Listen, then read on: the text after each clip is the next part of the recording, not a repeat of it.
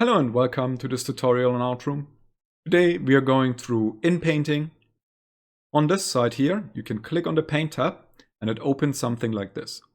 Now you might remember that one dog that had that additional tail earlier. We're going to use this as our study project. You can simply click on it and it will appear in the upper left corner of your box. Now this box is all the model sees. If I put that box here, it's only going to change the face. So make sure that the box is on the right spot where you want to change something. Also, it's only going to consider whatever it currently sees. So if you do this, and your prompt is a cute dog, and it sees this, it will say there is no cute dog here and will just generate a new dog. So the bounding box needs to be sufficiently large enough that what you want to change is in there. And I would say a head is pretty good for making sure that you're not breaking anything. Now I think the prompt was just a cute dog. So I'll put the prompt back in. And then as you can see, we have two tails. Now how can we fix this? Up here, there are different tools. Now there is a simple way to do this. That is, simply use the eraser. Make sure you are not in mask mode. And then I can just erase away this. Then turn on mask mode. Go into the brush. And brush over the point where you want to change something. Now I don't want to change the tail and I don't want to change the fur.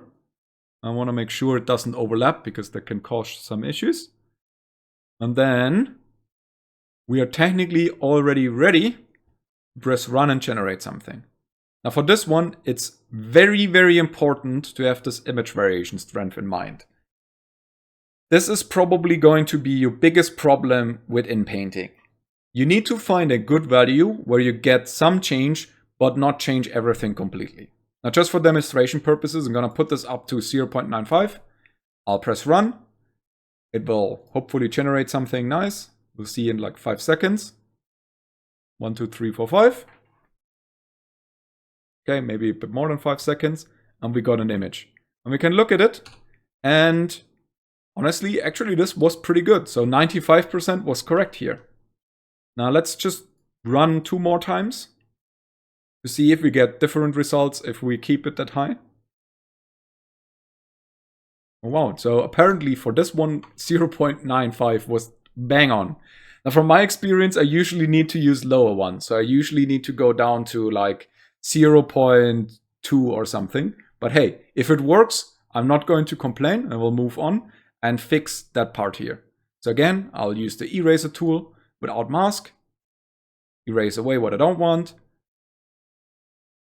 clear my mask so the previously masked area is gone, paint over this, press run again. I'm keeping it at 9.5. If the AI says 9.5 is what I want, then I'll keep it at 9.5. I don't mind.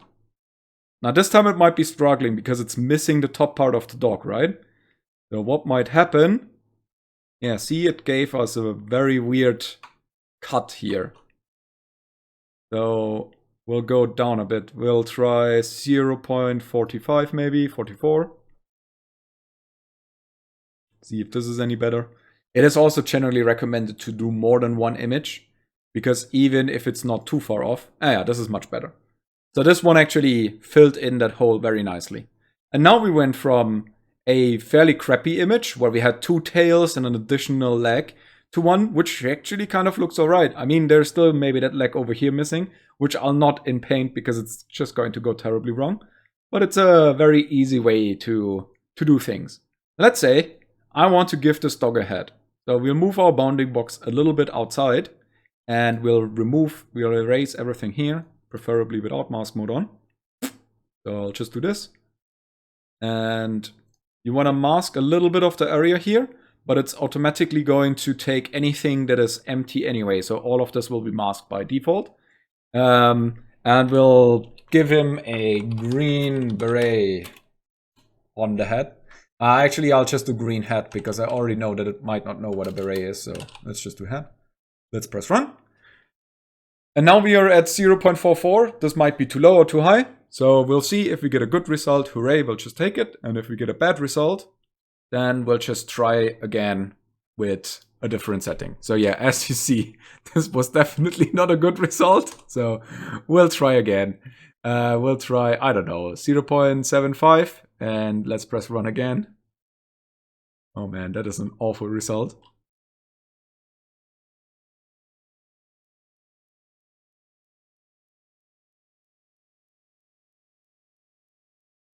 And there we go. I mean, it's not perfect. We got some weird sock, but it's definitely closer to what we wanted. Now maybe if I go in between the two, so we're at 0.4, that was too low. 0.8 might have been too high, so maybe 0.6 might be better. Try again.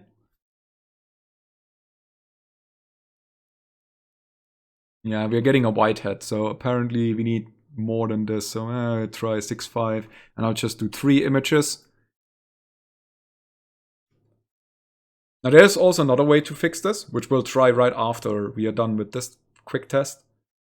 Because I'm fairly certain I can get a good result like this. This is my preferred method, so I like to delete it away and then just add it on top. But it is taking the image around it as reference. So you have this kind of green here and this type of white here. So you might see where I had it really high, I got a dark green, while here I'm getting anemic green. Yeah, there we go. That is a perfect head. That's so cute. Oh, that one is also pretty good. Now what is an alternative? Is you use the brush tool, pick a nice green, and just make like this here on top of the head.